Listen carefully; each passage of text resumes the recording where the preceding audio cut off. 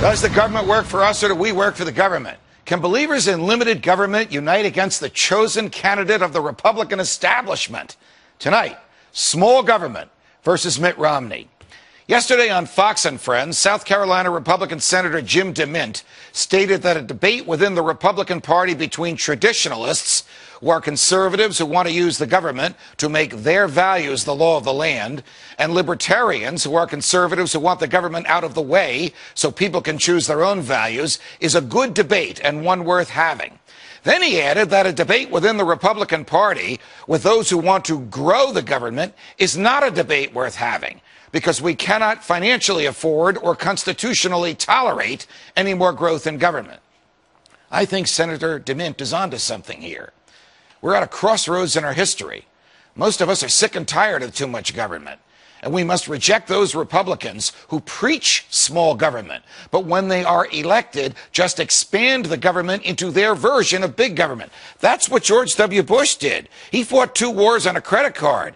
He had the feds take over education and prescription drugs for seniors. He added $2 trillion to the government's debt.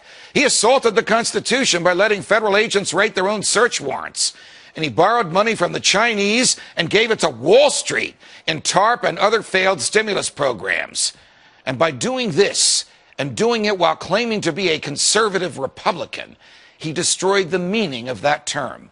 There is nothing conservative about the manner in which he governed. But there is something establishment about it. The word establishment gets used quite often these days on conservative talk radio and cable TV. And many people wonder, what is the establishment? Who are these people? Are they the elites and the patricians? And if so, what does that make the rest of us? The establishment is another word for the big government Republicans. That would be the same folks who brought us all the government growth and debt and loss of freedom during the Bush presidency. Here's an example. When Ronald Reagan ran in the GOP primaries against President Ford in 1976, the establishment opposed him and Reagan lost. When Ronald Reagan ran in the GOP primaries against George H.W. Bush in 1980, the establishment opposed him and Reagan won. You see, the establishment always sides with the candidate who is least likely to rock the boat and most likely to keep them, the establishment, in power.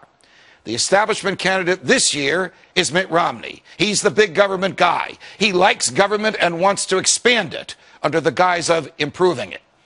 Enter Congressman Ron Paul. He's the only Republican candidate for president who truly will shrink the government. He's the only Republican candidate who will keep the government from adding to its debt, keep your money from losing its value, keep our troops from fighting meaningless wars, and keep the government within the confines of the Constitution. He is also the only Republican candidate intellectually honest enough to defend his opponents when they are unjustly attacked. Case in point. Before the big government, Mitt Romney was a politician. He was a very successful businessman. He and his partners bought and sold businesses, and they created wealth and jobs. In creating wealth, Romney made some businesses smaller, but more efficient. His new businesses made better products and made them less expensive than they had been before he bought and restructured those businesses. And for this, some Republicans like Newt Gingrich and Rick Perry have attacked him. Their attacks on Mitt Romney as a heartless vulture capitalist backfired when Congressman Ron Paul unexpectedly defended Governor Romney and schooled both Gingrich and Perry on the importance of choice in the free market. Governor Perry, unable to understand the difference between capitalism, which is the freedom to invest, purchase, and choose, and corporatism, which is government picking winners and losers in the marketplace, must have felt very strange trying to defend his remarks that made him and Newt Gingrich sound more like Occupy Wall Street socialists than free market sound money conservatives. But Governor Romney's monetary policies are not intended to grow the economy. He is no champion of free market capitalism because he believes that the banks are too big to fail and TARP and stimulus are the right things to do.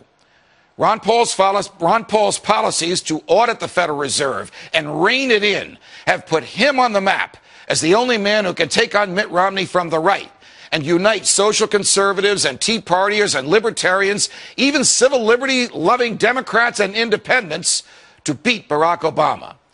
Ron Paul has already demonstrated that he is the bridge between restoring trust from ordinary Americans and their government, so that we may once again have a government that will leave us alone. From New York,